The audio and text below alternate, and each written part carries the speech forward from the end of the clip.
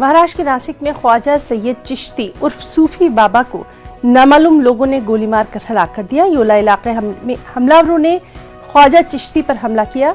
सैयद ख्वाजा चिश्ती का ताल्लुक अफगानिस्तान से था। पुलिस के मुताबिक हमलावरों ने उनके सिर पर गोली मारी, जिसके नतीजे में उनकी मौके पर मौत हो गई।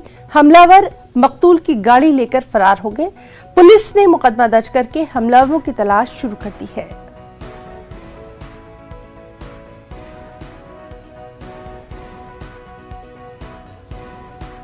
खबर आसाम से, जहां आसाम हुकूमत ने रियासत में मुकीम मकामी और गैर मकामी अक़लियती बाशिंदों में फ़र्क की वजाहत कर दी है। कैबिनेट ने आसामी बोलने वाले मुसलमानों के 5 ज़ेली ग्रुप को मकामी बाशिंदों की हैसियत से मंजूरी दे दी है।